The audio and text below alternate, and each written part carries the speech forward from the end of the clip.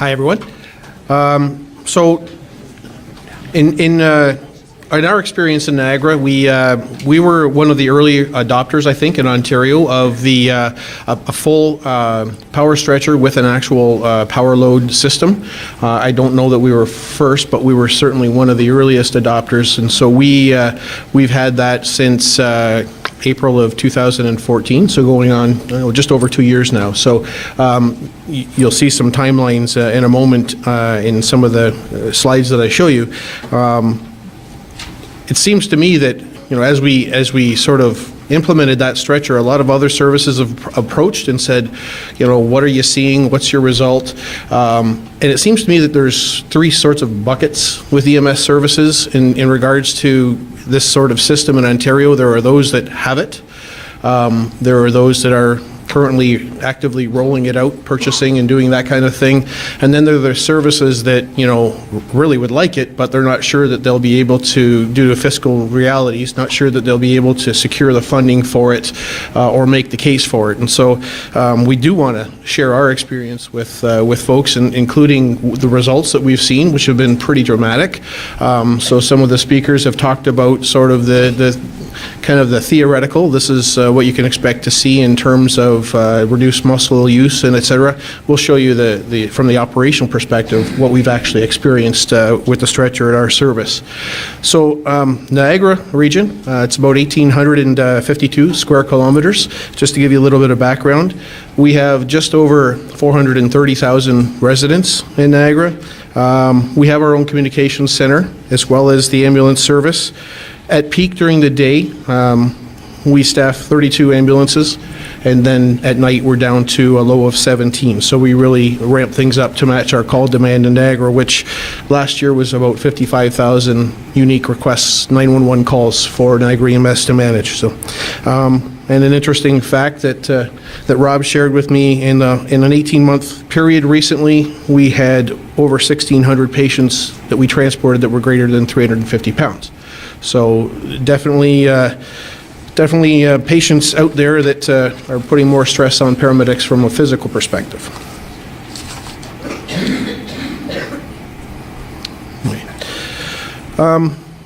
Just some of the things that we were seeing before we rolled out the power stretcher. In a 20-month period, we noticed that of all the MSD incidents at our service, and 44% of them directly involved the use of a stretcher. 17% of all incidents, when you look at all the data, were stretcher related, and it says those are just the stretchers we happen to be using at the time. And the PowerFlex stretcher, the 35 X&P, of course, most of you are familiar with that. That's your manual stretcher. The PowerFlex would be a power stretcher with a lift assist into the back of the ambulance. Right? We know that in addition to the number of claims that represented, it stood out to us that it was also the most expensive. That 30% of all our claims that were stretcher related were 30% of our costs were associated with that. So it was a very, it's an injury type that was hard on our staff, and it was an injury type that was expensive as well. Total cost, just stretcher related claims for that 1 year. For a 1 year period, we're about $48,000. So it's definitely, something that if you could address, there's some economies to be had in terms of that as well. There is a study out there that we came across that looked at, take away the manual stretcher, put in a load assist stretcher, and you can reduce your workplace injury claims by 41%. Okay, well that sort of jived with the numbers that we were seeing in terms of the percentage of injuries, as well as stretcher-specific claims by 69 to 96%. Now that study was done in 2009, and it's not looking at, it's looking at a power stretcher only. It's not looking at a power stretcher with the actual load into the ambulance. So we looked at that data, and we did some interesting things in Niagara. We did some things very right, but before we did that, we did some things very wrong. So I don't mind telling you that, and Rob will share some of that as well. Just to give you an idea of some of the timeline, though. We've been using the track chair, sled type chair, I guess, or the track It's a Ferron Easy Glide stretcher since mid-2009. We use, in our fleet, we started using the Mercedes Sprinter ambulance, so a different ambulance design rolled out. We received them in spring of 2012, but it was a little bit before we actually got them onto the road. That vehicle eventually had air suspension put on it that allows the vehicle to kneel. When it first came out, though, it didn't have that. So there's a whole bunch of changes going on at the same time. During all of this, we also decided to introduce a power stretcher into the mix. And so we had all of these things going on. I'll talk about the Stryker trial a little bit later, but before we got there, we had some unexpected results.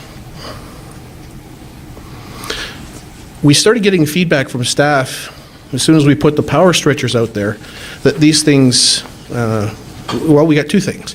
We got some staff saying these things are phenomenal, thank you very much, and we get other feedback from other staff saying, I can't use this, it doesn't work for me. And we started seeing increased injuries. We started seeing increased incidents and hazard reports being written up. So we were kind of confused by this, because if you go back to the study that I mentioned, you know, how can this not be seen as a good thing? How can this be causing a negative backlash? We made a few mistakes. When we went and implemented it, and Rob's going to speak to this more, there was probably a couple of steps that we forgot. So I'll talk to this in a second, but what I'd like to do is ask Rob to just talk about Rob being a frontline paramedic at the time that all of this was going on. I'd like to have him give you some perspective as to what he was seeing from the road. And I know he'll be brutally honest. Thanks, Rick. So as we all know with paramedics, weight is everything. We don't like to lift any more than we have because we all believe we only have a certain amount of lifts in our backs. Our careers are limited basically to our backs, so we really want to take care of them. We go from a stretcher that weighs about 70 so odd pounds to one now they're going to give me that's 130 pounds. That sounds great. I appreciate it because I did see the benefit of it because it's going to reduce those cumulative lifts. But unfortunately what happens is you still have to pick up the stretcher and load into the vehicle. And one of the challenges we had, as Rick was saying, is we had vehicles now with a deck height, which is actually higher. The stretcher we were trialing at the time, again, did do the up and down. It was great, but there was no load system. So with those challenges, some staff became very apprehensive. As well as the unit we were using at that time, some medics weren't able to use it due to their stature. We found them trouble using the controls and things like that. So now we had logistical nightmare of, we had 3 stretchers, X, Y, and Z out there trialing, and we had to have this crew on this truck, this crew on that truck, and this crew on the other truck. So as you could imagine how much trouble that gave us in our service. So it wasn't very well accepted by all, and unfortunately once the bad vibe went out there, it squashed it pretty quickly. So obviously some change management steps that we missed along the way. We've heard a lot today about change management, and so, you know, we were nodding our heads, yeah, we know that. Sometimes you forget and you think that if you're just doing something really good that it'll naturally be accepted, and that's not really necessarily the case. So as Rob said, we had crews that were refusing to work on the new stretcher, and so we had to find ways to accommodate them and put them on a vehicle that didn't have it. And on the other side of that, we had crews that were refusing to work on the old manual stretcher because I want to be accommodated and make sure that I get put on that vehicle with the power stretcher. So this was getting rather cumbersome. And so we went back to the drawing board and we said, listen, first of all, let's see if we can understand exactly what's going on out here. Do we have kind of a vocal minority that are driving this feedback? And so we did a survey of all the staff, and these are the questions that we asked the staff, and we put it out there, and we were basically asking them to compare 3 different types of stretchers. The 2 manual that we had out there in the system, one being kind of lighter than the other, as well as a power cot that we had in the system. And some interesting results came out of that. The green line is the power. And whereas with the 2 manuals, you had most paramedics saying, yeah, it does a decent job, either, you know, good enough or very good. There wasn't too many people saying it was poor. With the power stretcher, we had this dichotomy. You had half the feedback coming back saying this is wonderful, and the other half saying I hate this.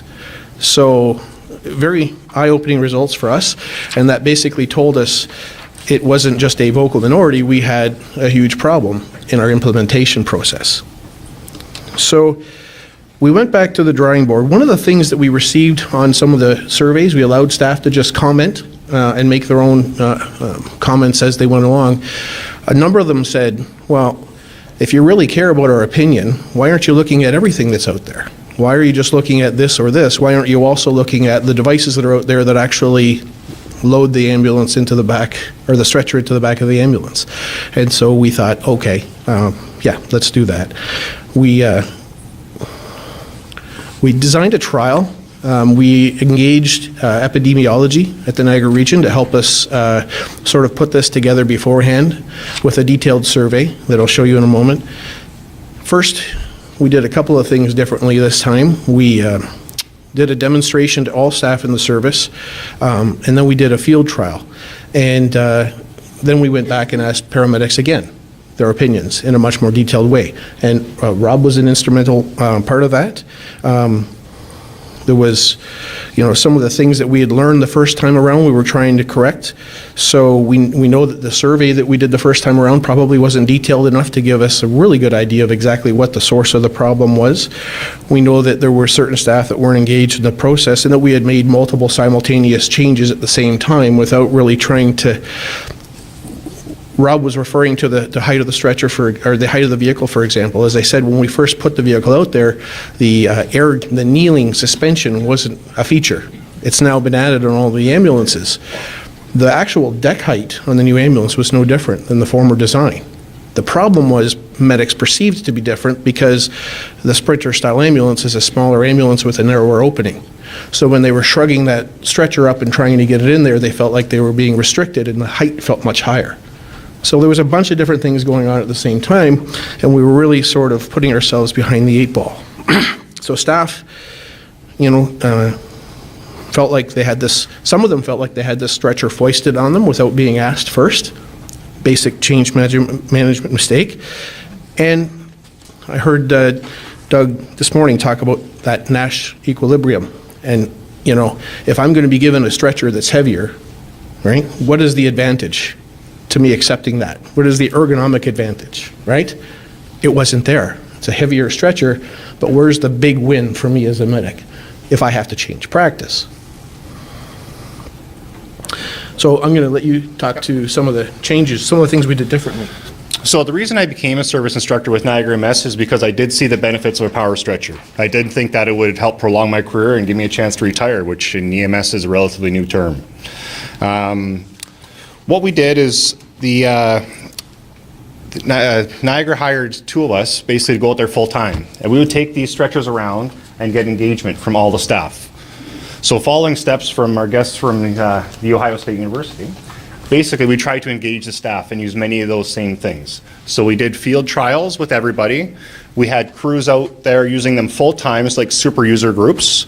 We had surveys being filled out. And another big thing we had now is a loading system. So it wasn't just the fact that we brought the stretcher up and down. Now we had a unit would actually pick it up and help you assist into the vehicle. So then it cleared all those extra hurdles that we had originally with the other product. So a lot of that, we got excellent buy-in from the staff because, again, they felt their views were heard. We engaged the staff, and it was very successful at that point. So we had some champions. We had a champion in Rob, and I didn't mention, Rob and his partner were actually one of the crews that when we put out the first power stretcher, wrote us saying, we love this thing, don't even consider taking this away. And then we went and said, they're obviously, Rob and his partner are very passionate about this. If we're going to do this differently, let's see how we can bring them aboard and let them be part of this change process. The other service instructor that worked with Rob was our union president. So he was also a part of this change process, and we thought that worked quite well. Both did a great job in helping us manage that change.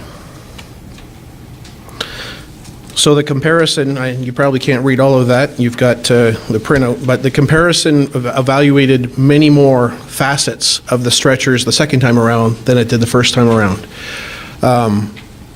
Not surprisingly, though, in all categories, having a power stretcher with a power lift into the ambulance was the overwhelming favorite amongst staff. And there was some really good feedback about it. Really, the bang for the buck is this magic of a stretcher basically levitating itself into the ambulance. And now all of a sudden we had that buy-in, we had that ergonomic advantage that could say to a medic, because this is still a heavier stretcher and you still have to approach your work differently, but now there's something really in it for you at the end of the day, which is the feedback we receive from staff. I can go home at the end of the day feeling less tired, like was said elsewhere. Can I speak that for a second, Rick? Yeah.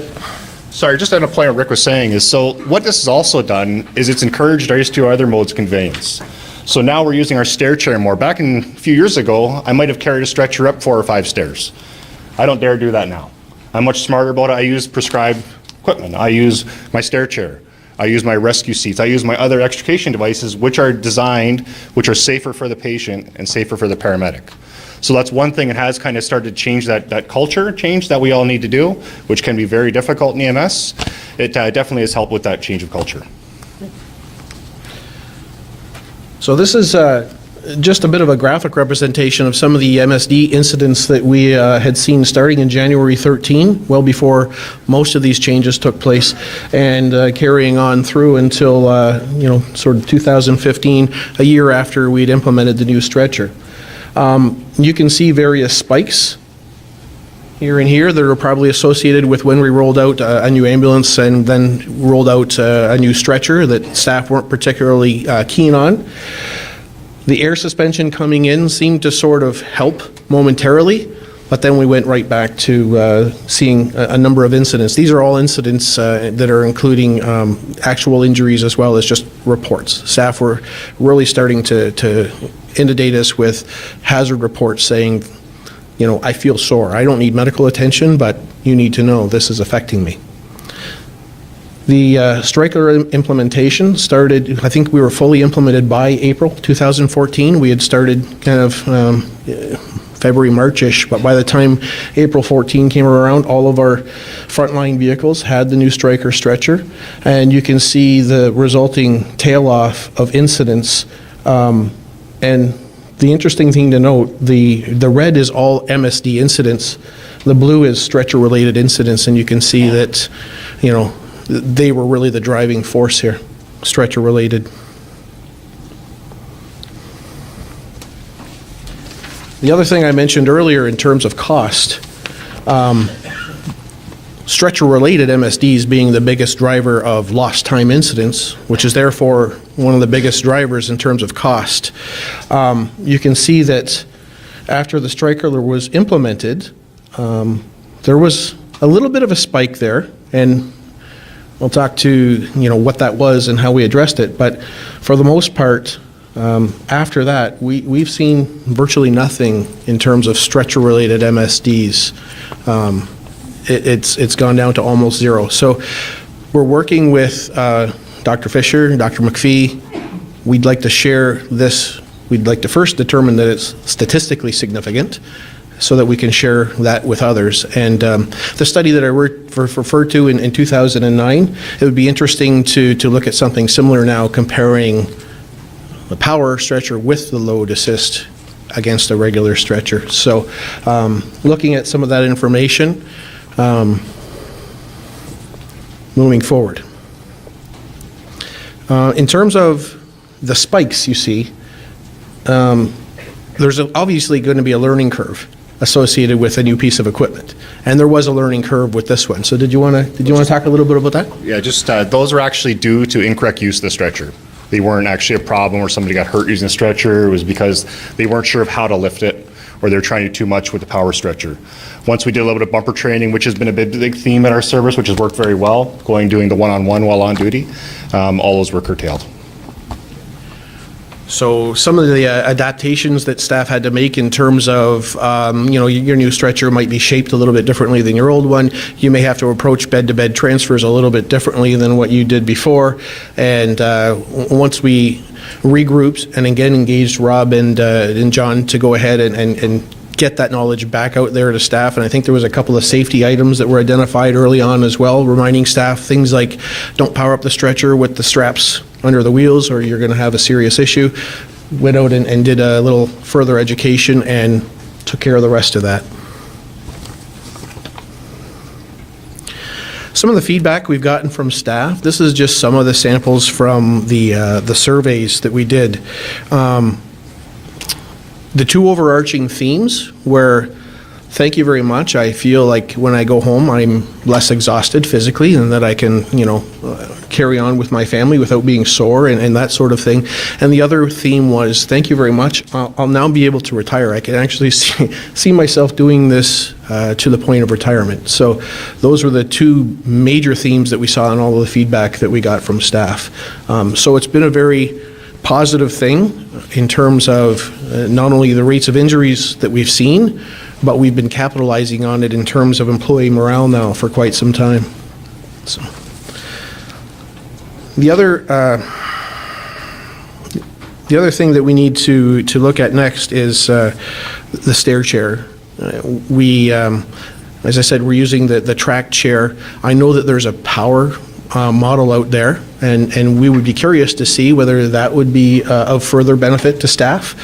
Our Health and Safety Committee took one look at it and said, that looks cool, but we're not going to endorse that. And the reason is it's too heavy because staff, they don't want to see staff getting injured lifting that off the ambulance.